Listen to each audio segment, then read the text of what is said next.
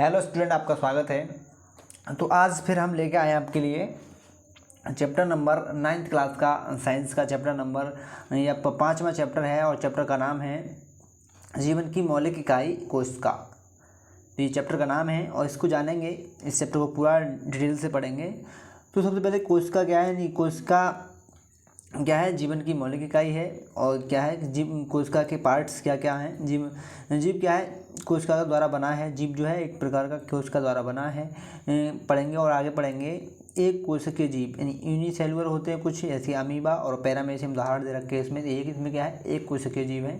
और बहुकोशिकीय जीव की बात करें तो बहुकोशिकीय जीव जो मनुष्य, गाय, कुत्ता, कीट, ये क्या है, इसमें बहुकोशिकाएँ पाई जाती हैं।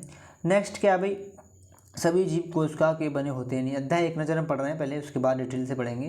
तो क्या है, कोशिका के पार्ट्स क्या क्या हैं। कोशिका के पार्ट की बात करें तो कोशिका झिल्ली और केंद्रक पाया जाता है कोशिका में, और केंद्रकाय और केंद्रक और कोशिका द्रव, ये क्या है, कोशिका के पार्ट्स हैं। और भी कोशिका में वह पौधे कोशिक पाया जाता है पौधों में, और कोशिका झिल्ली उच्च पौधे व जंतुओं में पाई जाती है कोशिका झिल्ली। और भाई कोशिका के इसके पार्ट हैं, इनमें झिल्ली युक्त अंग नहीं पाया जाता, नहीं बैक्टीरिया में। इसके उदाहरण हैं प्रोकैरियोटिक कोशिकाएं होती हैं कुछ। और इसके इस प्रकार क्या है, कोशिका द्रव की बात करें तो अंगक पाए जाते हैं कोशिका द्रव में। तो अंगक की बात करें तो ये अंतद्रव्य अंग, गाल्जिकाएँ, लाइसोसोम, माइटोकॉन्ड्रिया, रिक्तिका, पौधे, लवक, जंतु में तारकाएँ, ये क्या है, ये कोशिका द्रव के कुछ तत्व हैं, यानी कि अंगक है बोलते हैं इनके लिए। और नेक्स्ट है इसके क्या है, अंतर्द्रव्य जलिका के अंदर 2 पार्ट पाए जाते हैं, इनको भी जाने। अंतःप्रदेश जलिका, चिकनी अंतर्द्रव जल जीव का ये क्या है, ये कोशिका के सभी पार्ट हैं। इसी के साथ नेक्स्ट पेज पे चलते हैं, इसके बारे में पढ़ेंगे कोशिका के बारे में। तो भाई क्या है, सबसे पहले मुख्य बिंदु क्या है इसका, मुख्य हरा मार्कर लिखा है मैंने।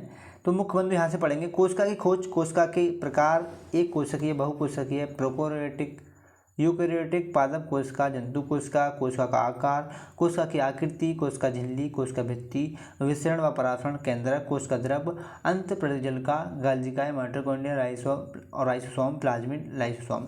तो ये क्या है, कोशिका के अंदर पाए जाने वाले अंगक हैं भाई। तो भाई 2 डिफरेंस पढ़ेंगे। सबसे पहले पादप कोशिका क्या होती है और जंतु कोशिका क्या होती है, नहीं चित्र के अनुसार दिखाया गया है नोट्स में। तो क्या है, पादप कोशिका में क्या है, क्लोरोप्लास्ट होता है, रिक्तिका होती हैं, और दूसरी बात द्रव पदार्थ का अवशोषण कर सकती है, ये प्रक्रिया पाई जाती है। और नेक्स्ट है प्रकाश संश्लेषण द्वारा भोजन का निर्माण होता है पादप कोशिकाओं में। और नेक्स्ट कह रहा है कोशिका भित्ति सेलुलोज की बनी होती है, यानी कौन सी, पादप कोशिकाओं की बात करी है इन्होंने। 5 पॉइंट हैं। और भाई नेक्स्ट और जंतु कोशिकाओं में क्या होता है, एनिमल सेल्स, एनिमल्स में कुछ सेल्स पाई जाती हैं, उनको क्या है, इनमें क्या है, क्लोरोप्लास्ट नहीं पाया जाता है, पहली बात। दूसरी बात क्या है, रिक्तिका नहीं होती है इनमें। और नेक्स्ट है भाई अधिक मात्रा में द्रव पदार्थ का अवशोषण नहीं हो सकता है। और नेक्स्ट बात है प्रकाश संश्लेषण नहीं होता है इसमें। और भाई नेक्स्ट कह रहा है कोशिका भित्ति नहीं होती है, कौन सी कोशिकाओं में, जंतु कोशिकाओं में। और लास्ट पॉइंट है इसका, लाइसोसोम पाए जाते हैं, कौन सी कोशिकाओं में, जंतु कोशिकाओं में। तो ये क्या है, प्रॉपर्टी है दोनों के अंदर।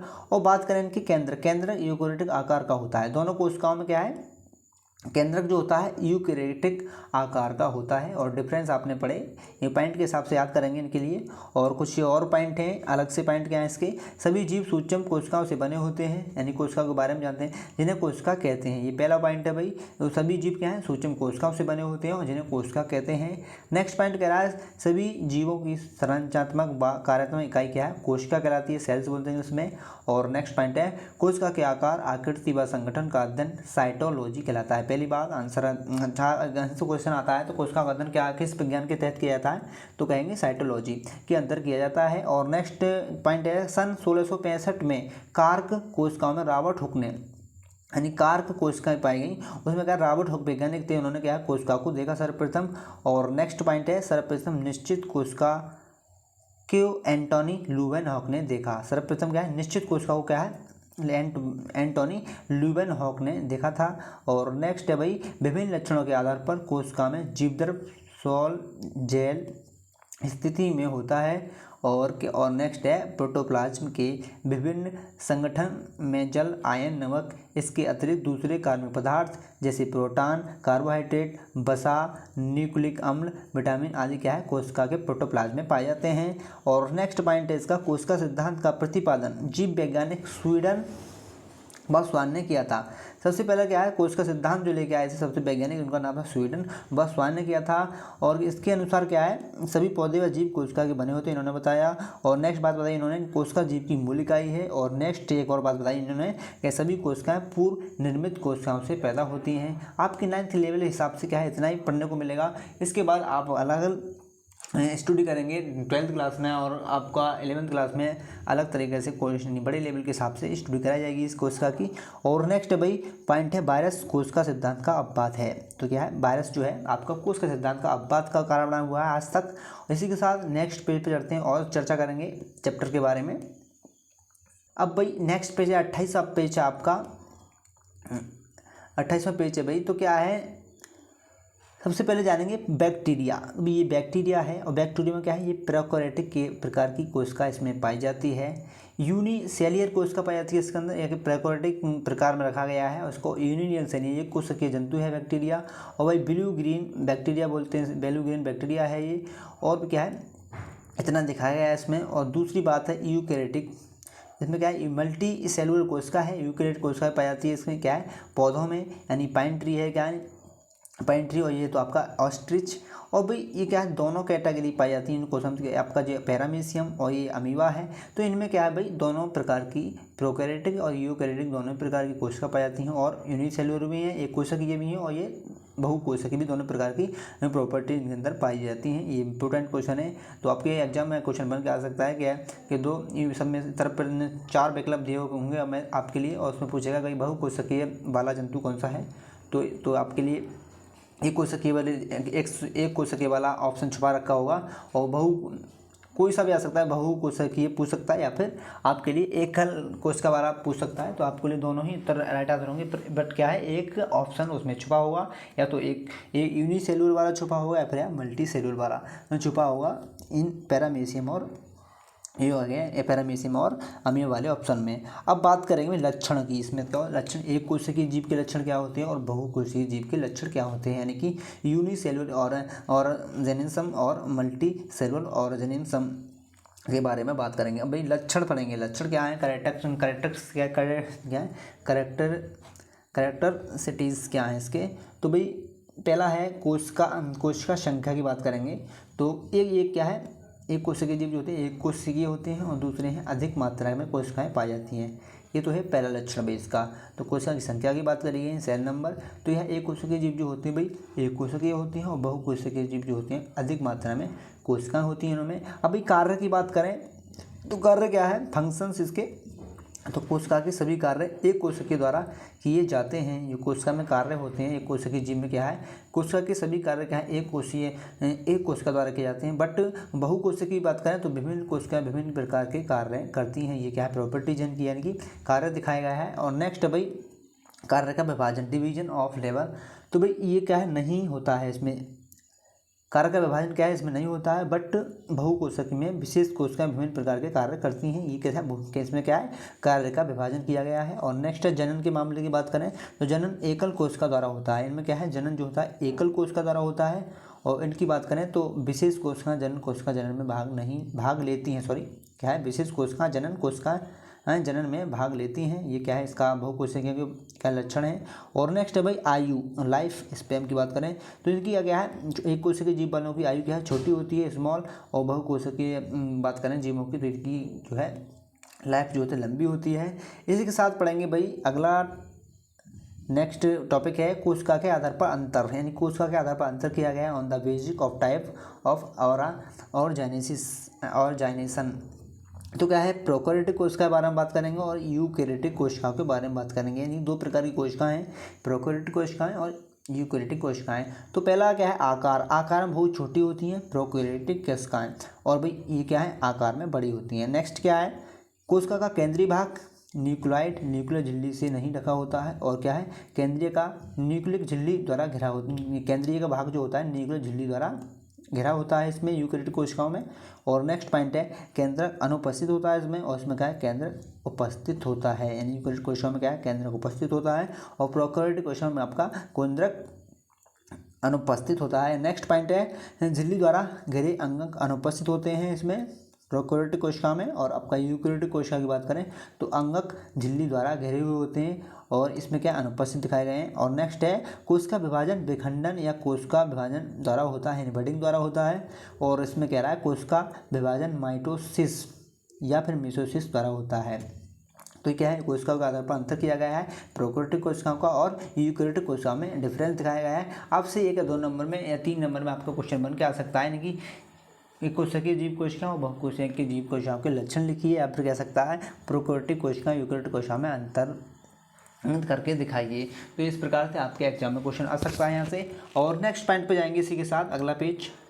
तो भाई अगला पेज है भाई, तो सबसे पहले जानेंगे कोशिका के बारे में पढ़ा, इसके बाद कोशिका मेन पॉइंट आया है। कोशिका क्या है सेल शेप्स, यानी कोशिका का आकार क्या है और कोशिका है क्या, किस प्रकार की कोशिकाएं होती हैं।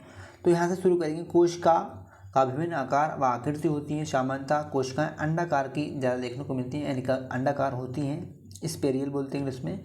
तो भी आपकी लंबाकार कोशिकाएं हैं, यानी कि ये है इकोमाउस एपिथेलियम, यानी कि अंडाकार प्रकार लंबाकार प्रकार की कोशिकाएं तंत्रिका कोशिका में पाई जाती हैं। और आपका है खंडाकार कोशिकाएं, यानी ब्रांच प्रकार की भी कोशिका होती हैं। और आपको ये कह रहा है आरबीसी टाइप की कोशिकाएं, डिसॉइडल प्रकार की कोशिकाएं। तो ये क्या है स्टोमाच में पाई जाती है भाई, ये स्टोमाच में। और भाई नेक्स्ट है, और चित्र का अनुवाद समझ सकते हैं किसी नर्वस सिस्टम की कोशिकाएं, ये nerve cells with axon is dendrites. तो ये नर्वस सिस्टम प्रकार की कोशिकाएं नर्वस सिस्टम में पाई जाती हैं। और आपकी स्पर्म के साथ क्या है जो मनुष्य का स्पर्म होता है उसमें भी इस प्रकार की कोशिका पाई जाती हैं। तो तरह तरह जगहों पर क्या है तरह प्रकार की कोशिकाएं पाई जाती हैं। तो ये ओवम प्रकार की कोशिकाएं नहीं, अंडाशय प्रकार की कोशिकाएं हैं। वाइट ब्लड सेल्स, इसको वाइट ब्लड सेल्स यानी कि सफ़ेद रुद्र सेल्स कोशिका है ये। और इस प्रकार ये तमाम चित्र बने हुए हैं आपके सामने। इस क्या है मुख्यतः रूप से इसके याद रखेंगे, नहीं कोशिकाओं के बारे में पूछता है कोई तो लंबाकार कोशिकाएं, खंडाकार और आपकी आरबीसी टाइप की कोशिकाएं पाई जाती हैं। मुख्यतः इतनी हैं। और भाई अब बात करेंगे कोशिकाओं का आकार की।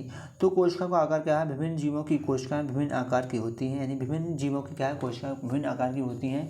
कुछ कोशिकाएं सूक्ष्मदर्शी होती हैं, जबकि कुछ कोशिकाएं नंगी आंखों से देखी जा सकती हैं। कहने का मतलब है कुछ कोशिकाएं क्या है सूक्ष्मदर्शी के द्वारा देखी जाती हैं, और कुछ कोशिकाएं क्या होती हैं आपके लिए क्या है नंगी आंखों से देखी जा सकती हैं।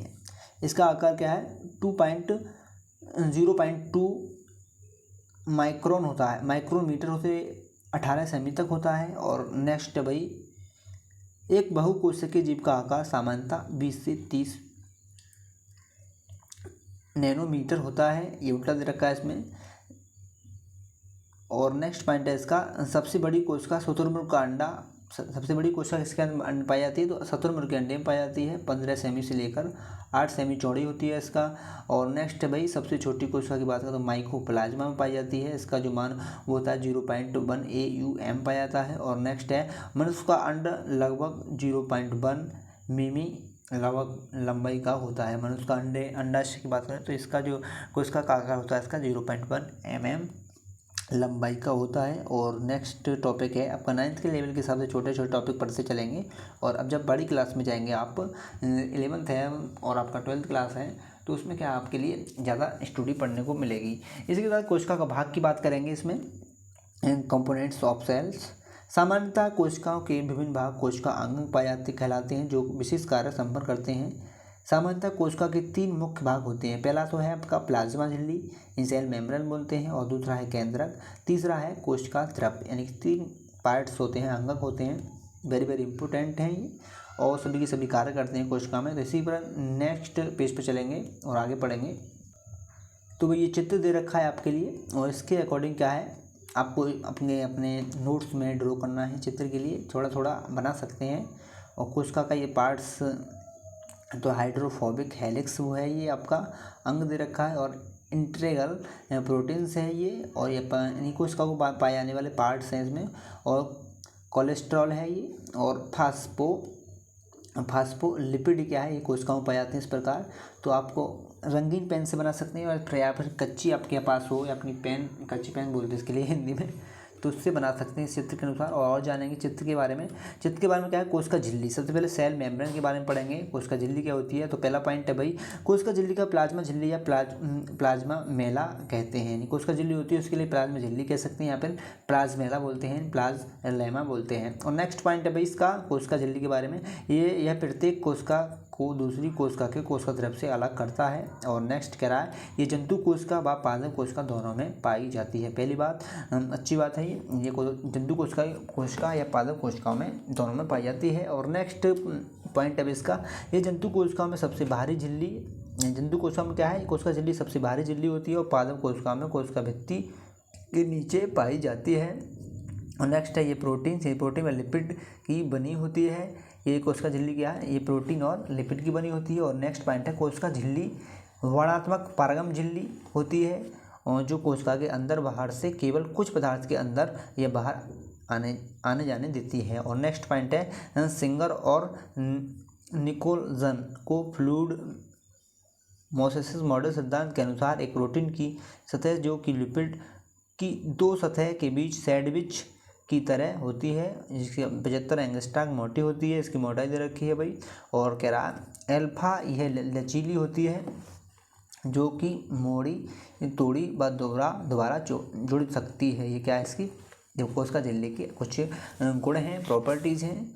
और भाई क्या है कोशिका झिल्ली का, तो ये दे रखा है आपका कोशिका झिल्ली इस प्रकार की होती है। इसमें क्या है इसके पार्ट्स दे रखे हैं आपके लिए, ये भी चित्र ड्रॉ कर सकती हैं। कोशिका झिल्ली का अलग से दे रखा है इसमें। तो भाई एक कैनल्स हैं इसके बीच में, दो पार्ट्स हम इसको देख सकते हैं, कैनल्स है बीच वाला। और भाई इसका डबल लेयर, एक इसमें क्या है डबल लेयर पाई जाती है, एक लेयर, और ये आपके यहाँ से दो लेयर, यानी कि इस पर दो डबल लेयर पाई जाती है। प्रोटीन मॉलिक्यूल्स में प्रोटीन के मॉलिक्यूल्स पाए जाते हैं इसके अंदर। क्या है ये देखो आपको प्रोटीन्स के मॉलिक्यूल नज़र आ रहे हैं। और नेक्स्ट है भाई फ्लूइड इनसाइड सेल्स, तो ये इसके साथ क्या है फ्लूइड इनसाइड सेल भी होता है। इसी के साथ आगे बढ़ेंगे कोशिका झिल्ली के बारे में जाना। इसके बाद जानेंगे प्लाज्मा झिल्ली के कार्य।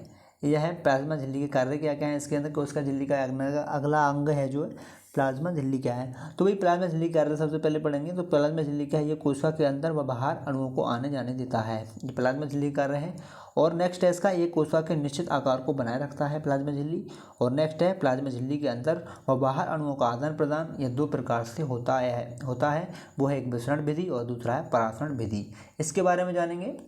तो क्या है आपका क्या कोशिका झिल्ली में क्या है, बाहर के अणुओं क्या है अंदर बाहर जाने तो दो विधि द्वारा क्या है अवशोषित और करता है। तो क्या है परासरण विधि और आपकी विसरण विधि दे रखी है, एक है परासरण विधि। तो पहला है भाई उच्च सांद्रता से निम्न सांद्रता की ओर स्वतः गमन होता है इसमें, यानी उच्च सांद्रता से निम्न सांद्रता की ओर क्या है छोटी मोटी मॉलिक्यूल्स का क्या है गमन होता है। और नेक्स्ट है वर्णात्मक झिल्ली द्वारा जल विलायक के अणुओं को उच्च सांद्रता से निम्न सांद्रता की ओर गमन करता है, ये परासरण विधि है।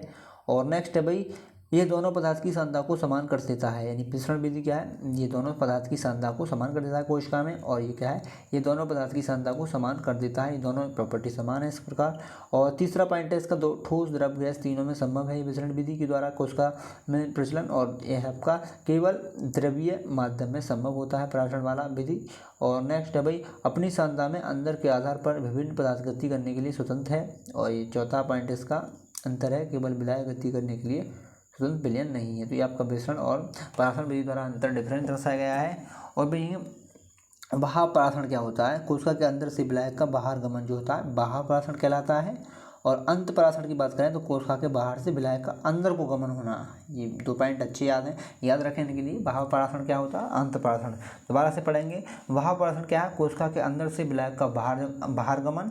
और भाई अंत परासरण की बात करें तो कोशिका के बाहर से विलायक का अंदर को गमन होना क्या है, अंत परासरण कहलाता है।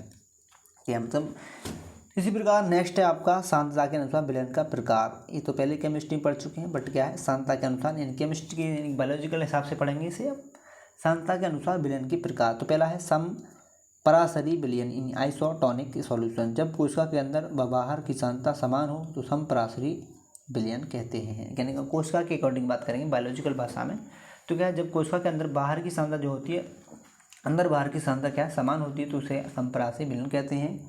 Isotonic solution. और नेक्स्ट है भाई अति परासरणी दाबी यानी दाब या दाबी कह सकते हैं, हाइपरटोनिक सॉल्यूशन। यह कोशिका के अंदर की सांद्रता, इसे पढ़ेंगे, यही कोशिका के अंदर की सांद्रता वह द्रव की सांद्रता से अधिक है तो कोशिका के अंदर से जल बाहर निकलता है जिससे कोशिका सिकुड़ जाती है। कहने का मतलब है क्या है, अंदर कोशिका के अंदर की जो सांद्रता होती है बाहर के द्रव से अलग,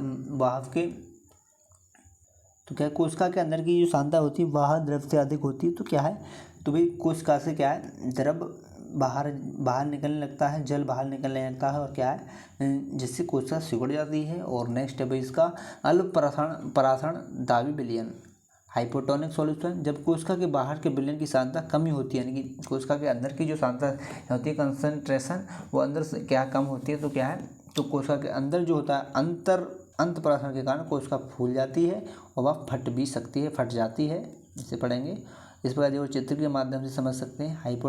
हाइपरटोनिक क्या है और आइसोटोनिक और हाइपोटोनिक, हाइपरटोनिक और आइसोटोनिक्स और हाइपोटोनिक्स। तो भाई सम परासरी विलयन है, ये इस प्रकार का होता है, यानी कि अंदर बाहर की सांद्रता समान होना। और नेक्स्ट दे रखा है इसमें हाइपरटोनिक सॉल्यूशन, अति परासरण की बात करें तो क्या है, इसमें अंदर की सांद्रता क्या होती है, अधिक होती है, जिससे कि द्रव बाहर निकलने लगता है, क्या हाइपरटोनिक सॉल्यूशन होता है। और नेक्स्ट है हाइपोटोनिक की बात करें तो क्या है, इसमें क्या है, अंदर की सांद्रता कम होती है, जैसे कि अंदर कोशिका के अंदर का अंत परासरण होने लगता है। ये क्या तीनों कैटेगरी दिखाई गई इसमें। अब बात करेंगे कोशिका भित्ति की। कोशिका भित्ति क्या है भाई, सेल वॉल। तो पहला प्रॉपर्टी है, यह पादप कोशिका की सबसे बाह्य झिल्ली है, जंतु कोशिकाओं में अनुपस्थित होती है। और नेक्स्ट है, यह सख्त मजबूत मोटी सरंध्र अजीब संरचना है, ये सेलुलोज की बनी होती है और कोशिका मध्य भित्ति मिडिल लेमिनल द्वारा एक दूसरे से जुड़ी होती है। ये कोशिका भित्ति की क्या है, प्रॉपर्टीज हैं। इसके साथ नेक्स्ट पढ़ेंगे, नेक्स्ट पेज चलेंगे। तो ये कोशिका भित्ति का चित्र है भाई, इसको जानेंगे। तो ये मिडिल लेयर है भाई, ये तीन इस प्रकार खाने टाइप के बनाएंगे, आपके चित्र ड्रॉ कर सकते हैं। तो ये प्राइमरी वॉल है भाई, प्राइमरी वॉल ये पहली वाली प्राइमरी वॉल कहलाती है, और सेकेंडरी वॉल है भाई ये दूसरी वाली, और इसके अंदर जाएंगे तो क्या है, प्लाज्मा मेम्ब्रेन बोलते हैं अंदर वाली के लिए। और ये मिडिल लेयर है, तीनों के बीच वाली क्या है, मिडिल लेयर बोलते हैं। कोशिका भित्ति के कार्य क्या है, कोशिका को संरचना प्रदान करना इसका कार्य है। और नेक्स्ट है कोशिका को मजबूती प्रदान करना, ये इसका कार्य है। और नेक्स्ट है ये सरंध्र होती है और विभिन्न अणुओं को आर पार जाने देती है। और नेक्स्ट है इसे मरम्मत करने को पुनः जन्म की क्षमता होती है। ये कोशिका भित्ति के कार्य हैं। इसी के साथ मोस्ट इम्पोर्टेंट टॉपिक है केंद्रक क्या होता है, कोशिका का केंद्रक के बारे में जानेंगे। न्यूक्लियस क्या होता है, तो ये तो सबसे पहले क्या चित्र है ये इसका। आप क्या है 9th लेवल के हिसाब से चित्र थोड़ा बहुत लिख दें तो क्या आपको नंबर फुल मिलेंगे 9th के हिसाब से। तो ये चित्र है भाई, ये पूरा का पूरा चित्र है किसका, न्यूक्लियस का, केंद्रक द्रव्य। तो भी क्या है, क्रोमेटिन ये यू क्रोमेटिन अंदर वाला पता है, ये देखो चित्र के अनुसार समझ सकते हैं। यू क्रोमेटिन है ये, और ये राइबोसोम है भाई ये, और आपका न्यूक्लियर स्पोर यानी छिद्र है ये, ध्रुव बोलते हैं इनके लिए। और दे रखा है इसमें छोटे छोटे दे रखे हैं, इसलिए पढ़ने में नहीं आ रहा है। तो पेनु क्लियर स्पेस दे रखा है इसमें, ये छोटा जगह छोड़ी होती है इस प्रकार से। तो ये पेनिकुलर कुछ अंग याद रख सकते हैं मेन। तो राइबोसोम याद रख सकते हैं एक तो, और ये न्यूक्लियस दे रखा है, काला काला नजर आ रहा है आपके लिए। और दे रखा है इसमें एंडोप्लाज्मिक रेटिकुलम दे रखा है इसमें, और आउटर मेम्ब्रेन याद रख सकते हैं। और इंटरनल मेम्ब्रेन क्या होती है देखो ये इस प्रकार। तो ये केंद्रक क्या है, सबसे पहले प्रॉपर्टीज के माध्यम से चित्र के माध्यम से समझा कुछ थोड़ा। और इसे याद रखें कि यह कोशिका का सबसे महत्वपूर्ण अंग है जो कि कोशिका की सभी क्रियाओं पर नियंत्रण करता है। यानी कोशिका का सबसे महत्वपूर्ण अंग है आपका केंद्रक जो है, और जो कोशिका की सभी क्रियाओं पर नियंत्रण करता है क्या, केंद्रक। और नेक्स्ट प्रॉपर्टी है केंद्रक की, ये कोशिका केंद्रक हेडक्वार्टर ऑफ सेल्स कहलाता है। और इसकी खोज 1831 में रॉबर्ट ब्राउन ने की थी। यानी केंद्रक की कोशिका में केंद्र की खोज किसने की थी, रॉबर्ट ब्राउन ने। वो भी कब की थी, और 1831 ईस्वी में, याद रखेंगे इसके लिए। और नेक्स्ट है यूकेरियोटिक कोशिकाओं में स्पष्ट केंद्रक होता है, जबकि प्रोकैरियोटिक कोशिकाओं में प्राथमिक केंद्रक होता है। और नेक्स्ट है इसके ऊपर की ध्रुवीय झिल्ली केंद्रक झिल्ली कहते हैं। और इसका नेक्स्ट है केंद्रक द्रव्य में केंद्र का न्यूक्लियस ऑफ क्रोमेटिन धागे के होते हैं इसमें। और नेक्स्ट है क्रोमोसोम या क्रोमेटिन धागे डीएनए के बने होते हैं जो कि आनुवांशिक सूचनाओं को एक पीढ़ी से दूसरी पीढ़ी में जन्म के द्वारा भेजते हैं। इसमें क्या है, क्रोमेटिन का कार्य होता है, डीएनए के बने होते हैं ये, और इसका है जो आनुवांशिक सूचनाओं क्या है, एक पीढ़ी से दूसरी पीढ़ी में जनन के द्वारा भेजते हैं। ये केंद्र के बारे में जाना है। इसके साथ नेक्स्ट पेज पे चलेंगे और जानेंगे। अब जानेंगे भाई केंद्र के कार्य क्या हैं। तो 2 कार्य दे रखे हैं 9th लेवल के हिसाब से। इसमें यह कोशिका की सभी उपाच्य क्रियाओं का नियंत्रण करता है केंद्रक, और दूसरा है यह आनुवांशिक सूचनाओं को एक पीढ़ी से जनक पीढ़ी तक भेजने का कार्य करता है। ये केंद्र कार्य है। अब पढ़ेंगे कोशिका द्रव, साइटोप्लाज्म बोलते हैं इंग्लिश में। अब ये दे रखा है, चित्र बना सकते हैं इसका, द्रव जिसमें अंग तैरते हुए है इसमें। तो ये कोशिका द्रव में क्या है, आपका केंद्रक भी तैरता हुआ दिखाई देता है इसमें। तो जिसमें द्रव जो अंग को जो तैरते हुए दिखाई दे रहे हैं आपके लिए, तो भाई सॉरी केंद्रक नहीं बल्कि इसमें गाल्जी काय पढ़ेंगे, यानी केंद्रक के जो अंगक हैं उसके बारे में पढ़ेंगे और कौन कौन से अंग इसमें तैरते हुए दिखाई देते हैं आपके लिए। तो इसके साथ सबसे पहले जानेंगे, यहाँ से पढ़ना शुरू करेंगे। कोशिका वह द्रव है जिसमें कोशिका अंग पाए जाते हैं, यानी कोशिका क्या है, वह द्रव जिसमें सभी कोशिका अंग पाए जाते हैं, कोशिका द्रव कहलाता है। यह जैविक व कैटाबॉलिक क्रियाएं संपन्न होती हैं। इसके 2 भाग होते हैं। पहला होता है आपका सिस्टोल, दूसरा होता है कोशिका अंगक। सिस्टोल क्या है, इसमें सिस्टोल जो है जलीय द्रव जिसमें विभिन्न प्रोटीन्स होते हैं, और कोशिका अंग की बात करें तो विभिन्न प्रकार के अंग जो प्लाज्मा झिल्ली द्वारा घिरे होते हैं। और इसमें पहला है गाल्जी उपकरण। क्या है इसमें, गाल्जी क्या है, कोशिका द्रव में पहला उपकरण जो पहला अंग है आपका गाल्जी का है, यानी गाल्जी उपकरण बोल रहे हैं इसके लिए। ये पतली झिल्ली युक्त चपटी पुटिकाओं का समूह है जो एक दूसरे के ऊपर समांतर सजी हो रहती है। इनका आविष्कार जो है कैमिलो गोल्गी ने किया था। यह प्रोकैरियोटिक स्तनधारी आरबीसी व सिव सेल का अनुपस्थित होता है। तो इतना याद रखेंगे गाल्जी काय के बारे में। क्या है, इसकी खोज करने की सबसे पहले लिखेंगे आपकी, इसकी खोज किसने की थी, खोज के बारे में पूछ के आपको बताना होगा। इसकी जो खोज की थी कैमिलो गोल्गी ने की थी। और ये कैसा है, प्रोकैरियोटिक स्तनधारी है, अनुपस्थित होता है इसमें। और ये पतली झिल्ली एक चपटी पुटिकाओं का समूह होता है, और ये जो कि एक दूसरे के ऊपर समांतर सजी होती है। तो ये गोल्गी काय होता है। और दूसरा भाई गोल्गी का एक कार्य लिखेंगे, चित्र जो आपको नजर आ रहा है ये था। और ये सिस फेस है इसका, और थोड़ा सा ट्रांसफेस आउट गोइंग ट्रांसपोर्ट बेसिकल क्या थोड़े थोड़े पार्ट याद रखें। चित्र काफ़ी है आपके 9th लेवल के हिसाब से। तो गाल्जी काय के कार्य हैं, ये लिपिड बनाने में सहायता करता है गाल्जी काय कोशिका द्रव में, और यह मध्य लैमिला बनाने का कार्य करता है। ये स्वभाव से स्वाभी होता है। ये मेलेनिन संश्लेषण में सहायता करता है। अंतर्द्रवीय जलका में संश्लेषित प्रोटीन व लिपिड का संग्रहण गाल्जी काय में किया जाता है। कुछ पुटिकाओं में एंजाइम बंद किए जाते हैं। तो ये गाल्जी काय के मुख्य कार्य हैं। क्या है, लिपिड बनाने में सहायता करता है, और एक आध दो क्या है आप लिख सकते हैं। ये मध्य लैमिला बनाने का कार्य करता है। ये स्वभाव में स्वाभाविक होता है। ये मेलेनिन संश्लेषण में सहायता करता है। ये रिपीट के माध्यम से याद कर सकते हैं। इसी के साथ नेक्स्ट अंग को चलेंगे कोशिका द्रव के। दूसरा अंग है भाई माइटोकॉन्ड्रियम, वेरी इंपॉर्टेंट है मेरे हिसाब से। तो भाई माइटोकॉन्ड्रिया क्या है, तो ये चित्र दे रखा है इसके लिए आपको। डीएनए है, देखो ये डीएनए है, आपको तैर से नजर आ रहा है हरा मार्कर। और ये है आपका मैट्रिक्स, ये द्रव भरा हुआ है। क्रॉसटॉक्स ये छोटे छोटे नजर नहीं आ रहा है, तो क्या है क्रिस्टॉक है। और ये आपका राइबोसोम है, ये राइबोसोम है इनके बीचों में। और ये इनर मेम्ब्रेन है ये आपकी, और ये आउटर मेम्ब्रेन है। तो क्या है, ये माइटोकॉन्ड्रिया का चित्र है। इस प्रकार से ड्रॉ कर सकते हैं छोटे छोटे 1 2 3 या 4 5 तक क्या है इसके भाग लिख सकते हैं, पार्ट। अब जानेंगे क्या है ये प्रोकैरियोटिक में अनुपस्थित है, यानी प्रोकैरियोटिक कोशिकाओं में नहीं पाया जाता है। ये कोशिका का पावर हाउस कहते हैं। वेरी इंपॉर्टेंट क्वेश्चन बनता है यहाँ पे, यानी कि कोशिका का पावर हाउस क्या होता है, तो आपको बताना होगा माइटोकॉन्ड्रिया होता है। और इसको कोशिका का पावर हाउस कहते हैं। ये एक दोहरी झिल्ली वाले होते हैं। और नेक्स्ट है भाव परत चिकनी छिद्रित होती है, अंत परत बहुत बलित होती है, और क्रिस्टी का निर्माण करता है। ये क्या माइटोकॉन्ड्रिया के बारे में जाना।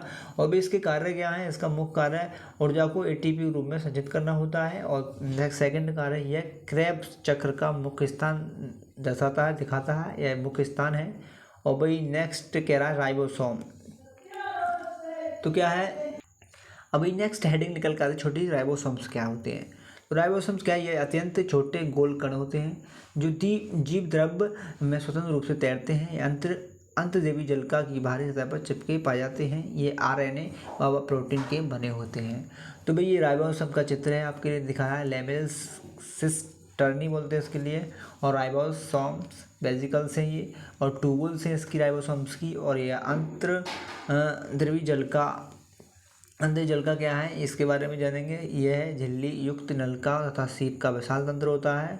इसकी खोज जो है आपकी पॉटर क्लाउड ने की थी, क्लाउड और ये फैलम और दोनों ने की थी इसकी अंतर्द्रवी जलका की। और अंतर्द्रवी जलका बोलते हैं, सॉरी, एंडोप्लाज्मिक रेटिकुलम। और यह प्रोकैरियोटिक कोशिका स्तनधारी एरिथ्रोसाइट के अलावा सभी में पाया जाता है अंतर्द्रवी जलका। इसी के साथ नेक्स्ट पेज पे चलेंगे और जानेंगे। तो ये चित्र है अंतर्द्रवी जलका का ये चित्र है। तो राइबोसोम से पाया जाता है इसमें। और भी बस ये इम्पोर्टेंट नहीं है पर पढ़ सकते हैं उसके लिए। Rough endoplasmic reticulum, smooth endoplasmic reticulum, ये 2 पार्ट हैं इसके बारे में ये चित्र इस प्रकार बना सकते हैं। राइबोसोम्स क्या है इसके, और ये क्या है डिफरेंस पढ़ेंगे चिकनी अंतर्द्रवी जलका में और खुरदरी अंतर्द्रवी जलका में। ये भी इम्पोर्टेंट साबित हो सकता है, डिफरेंस पूछ सकता है आपके एग्जाम के हिसाब से, चिकनी अंतर्द्रवी जलका और खुरदरी अंतर्द्रवी जलका। तो क्या है पहला पॉइंट है इसका, ये झिल्ली व नलिकाओं से बना होता है। और ये जो होता है ये सिस्टर्नी व नलिकाओं का बना होता है। कौन सा, खुरदरी अंतर्द्रवी जलका वाला। और नेक्स्ट भाई इसका पॉइंट ये है स्टीराइड लिपिड वाली सैकेराइड बनाने में मदद करता है। और ये जो है आपका खुरदरी अंतर्द्रवी जलका वाला प्रोटीन संश्लेषण में सहायक होता है। और नेक्स्ट पॉइंट है राइबोसोम अनुपस्थित होता है चिकनी वाली अंतर्द्रवी जलका में, और इसमें राइबोसोम उपस्थित होता है। नेक्स्ट पॉइंट है मुख्य कार्य कोशिका द्रव के भागों तथा केंद्र के मध्य प्रोटीन के परिवहन की नलिका सुविधा प्रदान करता है। और इसमें नेक्स्ट पॉइंट नहीं दे रखा है तो नहीं रखने देंगे, 4 पॉइंट इसके रख सकते हो, 3 पॉइंट इसके लिखे दोनों। और अंतर्द्रवी जलका के कार्य क्या है, पहला पॉइंट है भाई अंतर्द्रवी जलका कार्य क्या है। तो ये केवल ऐसा अंग है जो कोशिका के अंदर पदार्थों के केंद्र के बीच परिवहन के लिए नलिका सुविधा प्रदान करता है। और नेक्स्ट है इसका, ये अंगों के बीच बायोकेमिकल क्रियाओं के लिए स्थान उपलब्ध कराता है। और नेक्स्ट है ये वसा स्टेरॉइड कोलेस्ट्रॉल संश्लेषण में मदद करता है अंतर्द्रवी जलका। और नेक्स्ट है एल्फा, यह कोशिकाओं में सेल विष दवा को निर्विषीकरण डिटॉक्सिफिकेशन की महत्वपूर्ण भूमिका निभाता है। कौन सा, अंतर्द्रवी जलका। ये कार्य हैं, 4 कार्य दे रखे हैं। अब राइबोसोम्स के कार्य क्या हैं। तो राइबोसोम जो है अमीनो एसिड से प्रोटीन संश्लेषण का मुख्य स्थान है। ये सभी संरचनात्मक व क्रियात्मक प्रोटीन का संश्लेषण राइबोसोम द्वारा किया जाता है। और संश्लेषित प्रोटीन कोशिका के विभिन्न भागों में अंतर्द्रवी जलका द्वारा कोशिका के विभिन्न भागों को भेज दिया जाता है। किसके द्वारा, राइबोसोम की कार्य है, राइबोसोम के द्वारा भेज दिया जाता है। और इसी के साथ नेक्स्ट पेज पे चलेंगे और जानेंगे। और भाई कोशिका जीवन की इकाई, तो इसका नेक्स्ट हेडिंग है लवक क्या है। लवक भी कोशिका के अकॉर्डिंग चैप्टर में दे रखा है, लवक क्या क्या होते हैं। तो भाई यह केवल पादप कोशिकाओं में पाए जाते हैं। पहली बात, लवक जो होते हैं वेरी इंपॉर्टेंट चैप्टर में, ये वेरी इंपॉर्टेंट हेडिंग है। लवक आपके पेपर में पूछे जा सकते हैं, इसको ध्यान से पढ़ेंगे। तो ये केवल क्या है पादप कोशिकाओं में पाए जाते हैं, जो आंतरिक संगठन झिल्ली की कई परतें होती हैं जो एक पदार्थ के अंदर धसी होती हैं। इस पदार्थ को स्ट्रोमा कहते हैं। ये आकार व आकृति में रिबन कुंडलित आदि तरह की होती हैं। ये क्या है 3 प्रकार के होते हैं। पहला तो आपका सफ़ेद वाला, और दूसरा होता है भूरा, और तीसरा होता है हरा। तो भाई इसको बोलते हैं ल्यूकोप्लास्ट, यानी जड़ों में पाया जाता है। और क्रोमोप्लास्ट की बात करें तो जड़ें, तने, पत्ती तीनों में पाया जाता है। और क्लोरोप्लास्ट की बात करें तो ये पत्तियों में पाया जाता है ओनली। अब बात करेंगे भाई, चित्र दे रखा है आपके लिए प्लाज्म, यानी कि कुछ नजर नहीं आ रहा तो आपके लिए क्या छोटे छोटे दे रखे हैं प्रेप्लास्टिक। तो ये जो है आपका जो आपका क्रोमोप्लास्ट है, ये क्रोमोप्लास्ट का क्या है, लवक है। तो भाई इतना ही जानेंगे इसके बारे में, चित्र के माध्यम से थोड़ा आपके बना सकते हो। मेन पॉइंट तो आपका यहाँ से शुरू करेंगे। तो क्लोरोप्लास्ट क्या होता है। क्लोरोप्लास्ट केवल पादप कोशिकाओं में पाए जाते हैं। ये सूर्य की ऊर्जा प्रकाश संश्लेषण से सहायक होते हैं। क्लोरोप्लास्ट प्रकाश संश्लेषण से भोजन बनाते हैं, इसलिए इन्हें कोशिका की रसोई भी कहते हैं। क्लोरोप्लास्ट वाला वेरी इंपॉर्टेंट है, इसको लिख सकते हैं। इसको इसी में दे रखा है। हरित लवक बोलते हैं हिंदी में इसके लिए। लाल भूरे जड़ तने पत्ते तीनों पाया जाता है। इतना ही 9th लेवल के हिसाब से। इसी के साथ पढ़ेंगे रिक्तका क्या होती है। कोशिका के चैप्टर में रिक्तका दे रखी है, तो ये सबसे पहले जानेंगे। चित्र से पहले ये कोशिका द्रव्य में झिल्ली द्वारा निश्चित थैली के आकार की संरचनाएं होती हैं जिन्हें टोनोप्लास्ट कहते हैं। और एक नेक्स्ट पॉइंट है, जंतु कोशिकाओं में रिक्तकाएं छोटी एवं अधिक पादप कोशिकाओं एक बड़ी होती हैं। और नेक्स्ट है, ये बड़ी रिक्तकाएं कोशिका 90% भाग घेरे रखती हैं। तो ये आपको कहा है रिक्तकाओं का जी चित्र दे रखा है वैकुल्स। तो इसमें क्या है, इसकी प्रॉपर्टी को जाना। ये कोशिका द्रव्य झिल्ली द्वारा निश्चित थैली के आकार की संरचनाएं होती हैं और जिन्हें टोनोप्लास्ट कहते हैं। और दूसरा इसमें क्या है, जंतु कोशिका में रिक्तकाएं छोटी अधिक पादप कोशिका में एक बड़ी होती हैं। और नेक्स्ट है बड़ी रिक्तकाएं कोशिका का भाग 90% घेरे रखती हैं। ये क्या है, रिक्तकाओं की प्रॉपर्टीज है। इसी के साथ नेक्स्ट पेज पर चलेंगे वो और रिक्तका कार्य पढ़ेंगे। छोटे छोटे क्या है, छोटी छोटी हेडिंग्स हैं ये। तो रिक्तका कार्य ये कोशिकाओं के अंदर प्राथण दाब बार नियंत्रण पादप कोशिकाओं में अपशिष्ट उपाच्य पदार्थों को इकट्ठा करने का कार्य करती हैं। कौन, रिक्तिकाएं। अब भाई क्या है लाइसोसोम्स क्या है। लाइसोसोम वेरी इंपॉर्टेंट टॉपिक है भी। लाइसोसोम की बात करें, ये चित्र है आपका लाइसोसोम का। इस प्रकार से इसी स्ट्रक्चर पाई जाती है।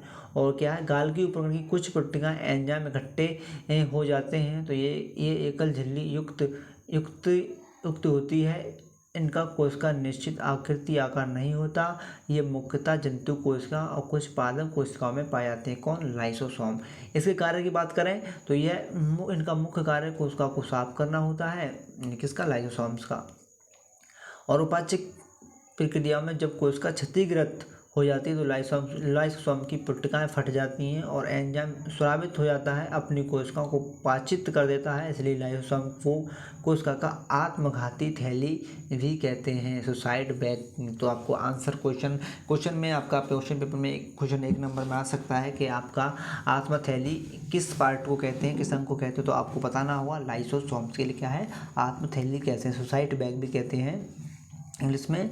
तो क्या है, वेरी इंपॉर्टेंट क्वेश्चन बनता है यहाँ से। तो इसी प्रकार क्या है, नेक्स्ट कह रहा है भाई पादप कोशिका क्या है और जंतु कोशिका में डिफरेंस पूछा गया है। तो भाई वेरी इंपॉर्टेंट है, शुरू में भी ये हेडिंग आ चुका है। कार्य पढ़े और उसके बाद पढ़ेंगे पादप कोशिका और जंतु कोशिका में डिफरेंस पूछा गया है। एंड लाइसोसोम के हिसाब से क्या है, ये डिफरेंस पूछा गया है।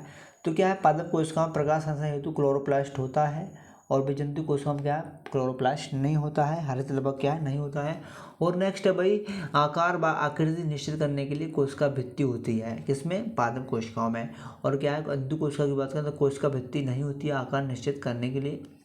और नेक्स्ट है लाइसोसोम नहीं पाया जाता है पादप कोशिकाओं में। और भाई लाइसोसोम पाए जाते हैं, बट क्या है, जंतु कोशिकाओं का लाइसोसोम पाए जाते हैं। नेक्स्ट है पादप कोशिकाएं जो होती हैं मुख्यतः चतुर्भुज आकार होती हैं। और भाई जंतु कोशिकाओं की बात करें तो जंतु कोशिकाओं का विभिन्न आकार की होती हैं।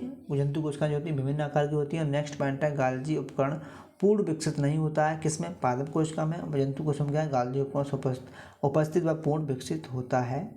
तो भाई ये चैप्टर क्लोज होता है। ये बड़े बड़े कोशिकाओं का चित्र है। आप पहले चैप्टर के एनसीईआरटी के हिसाब से आप नोट्स में इस चित्र को बना सकते हैं। कोशिका का चित्र है आपका और ये आपका दोनों कोशिकाएं हैं आपकी, जंतु कोशिका और पादप कोशिका। ये पादप कोशिकाओं का चित्र है और ये आपका जंतु कोशिकाओं का चित्र है। तो आप पढ़ सकते हैं। आपके एनसीईआरटी के चैप्टर में क्या है, ये नोट्स है, आप यहाँ से नोट्स बना सकते हैं और आप याद कर सकते हैं। शॉर्ट हैंड में आप लिख के पेपर में अच्छे से नंबर प्राप्त कर सकते हैं। 9th लेवल के हिसाब से एनसीईआरटी का ये नोट्स है। वीडियो अच्छी लगे लाइक शेयर जरूर करें। और अगला चैप्टर आपका इसी चैनल पर आपको जल्दी प्रोवाइड होगा। वीडियो अंत तक देखने धन्यवाद।